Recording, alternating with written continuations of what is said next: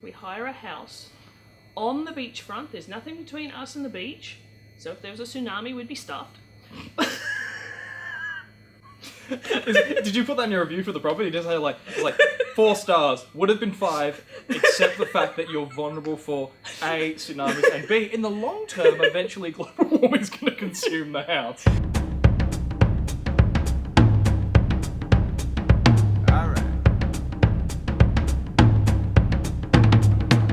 Hey, welcome to Check This Out.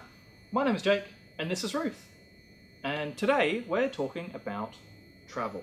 There's a lot of information you can find online as far as the planning of your the planning of your trip, the planning of your flights, trying to figure out where you're going to go, what you're going to do, and then there are things you can do whilst you are on your holiday. While you're in Australia, it's quite easy because you've got your own mobile devices, you have access to the internet, you can look up information while you're on the go. So maybe you arrive in a new town and you're thinking, oh, what can I do here? What is around? What can I go and check out? You could simply use it to locate where the nearest information centre is and then find out from there. Or you could do some delving yourself. One of my favourite tips for while you are travelling, especially if you're like me, and I don't tend to pay for international roaming while I'm overseas. It's a really expensive thing to do. If you have the Google Maps app installed on your phone, and if you go in there, you can save portions of maps, and I mean large portions, offline on your device. It will save all of the location data, all of the routes you can take. It'll save all of the actual destinations within that area that you can use offline. And so just through location services on your phone, with your staying in flight mode, you can find your way from point A to point B in a city on another side of the planet without internet connection. It's so handy to figure out where you're going. I'm going to point out something here. If you're travelling locally in South Australia, this might be different for travelling overseas in populated areas like the UK and the US. But in South Australia, I as a policy will buy myself a map. A, I love maps. B, the one time we relied on Google, we ended up in a dead end. I was standing sunset, standing on a beach. Of course, I like to stand on beaches. I get it. We've worked that out. I get it. The whole family's there.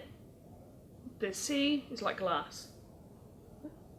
Sun setting behind over the sea because we're at Hardwick Bay, so it's facing west. Just on the surface, every now and again you see these tiny little fish jumping out.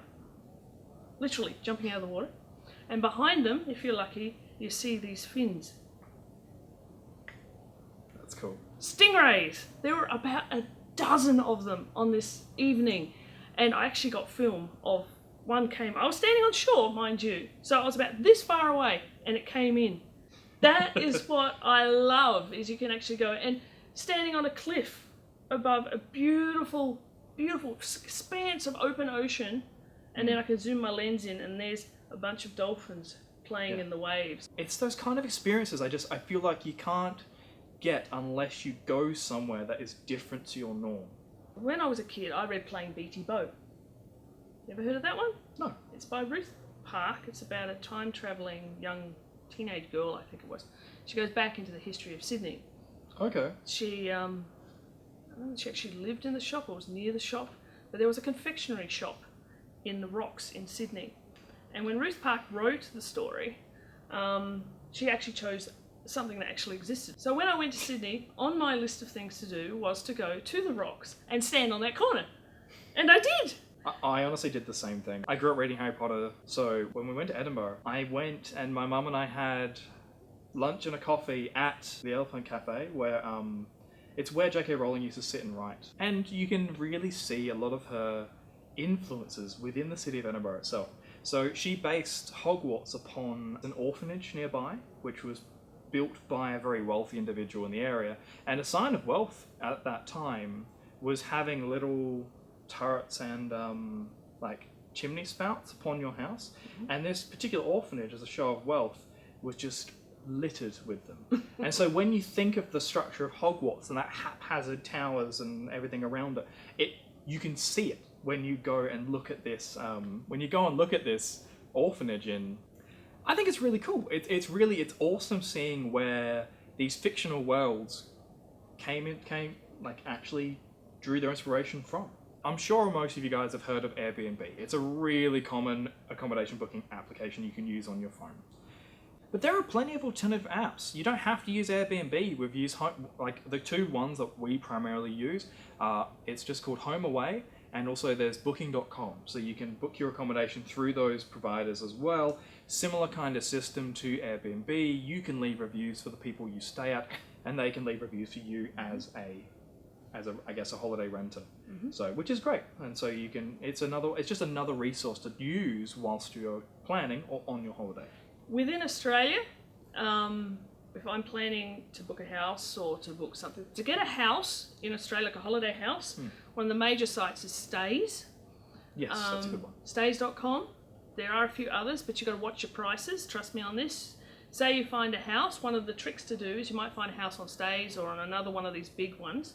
The problem with the big ones is the homeowners often have to pay a surcharge to be on the big ones. So if you find a house that's called a particular name, do a quick search on the net to see if the homeowners actually have their own website, because they will sometimes charge cheaper.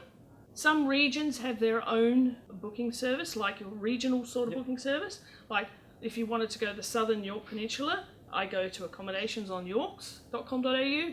They cover anywhere from Ardrossan right down to Innis, and there's lots of houses. Just search for beachfront, because that's what I do.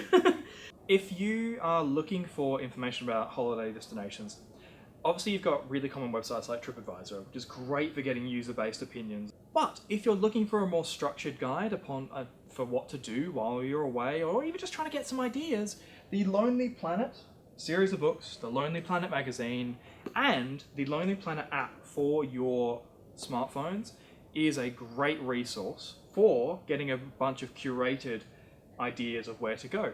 So if you feel like you're going to be away for too long and you can't take a guidebook with you, like this one here for Vancouver, feel free to install the Lonely Planet app. It is completely free. You can put it on your own device, and once you have it installed, or if you search your location you want to go to, say you want to go to Vancouver, you want to go to London, you want to go to Paris, you want to go to other fairly prominent world destinations, you can search them on the app, and it will bring up a full list of guides of different attractions, of where to go, recommended places to eat, to stay, to just have some fun. And similar to what I mentioned about the Google Maps app and using that to save things offline, you can save the entire guide for your location you're going to offline on your device. It does have a built-in map as well. In my opinion, the Google Maps offline version works a little bit better for navigating. But as far as finding information about some tourist destinations at where you're staying, Lonely Planet app is awesome. Really good. If you're travelling in South Australia, I'm a little bit more old school. One of my favourite things to do is to get hold of one of those paper maps and then look at everything of what's around. You know, they've often got little bits written in there that are very interesting, and then you can look up the net and find out more about them. However, as a library card member of the One Card Network, we have a huge network of libraries across the state. That's true. I went down to Mount Gambier recently, I think it was recently, and went to the library down there, dug up a few history books on the history of Mount Gambier, and perched myself on top of Mount Gambier itself, because I like to stay in the caravan park on the top of the volcano, and read about the history of Mount Gambier. And each of these libraries will have a local history department really or a series of books or something like, just like Unley has. We have a history of Unley section, all that sort of stuff. That's true. So you can go to Moonta libraries. For Edithburgh, when I go to Edithburgh, I have been to the library in Yorktown. Some of these libraries are joint community school libraries, so you'll have to hunt for them, but they are there, and they do have opening hours, and the public are allowed in there. It's also a really great way if you're looking for some advice. Yeah. Talk to local people, well, especially libraries, library people. Pop into, chat to library people. We will give you recommendations based on what we're interested in. I have vastly different interests to Ruth. Oh, yeah. And we have vastly different interests to the rest of our staff here. But that variety of people is a great way for you to find out some information. Whatever the holiday it is, whatever holiday really appeals to you, just do it. You only miss out by not going. That's a good line. We'll stick with that one. Yeah, this has been Check This Out. I'm Ruth. This is Jake, and we want to go on holiday.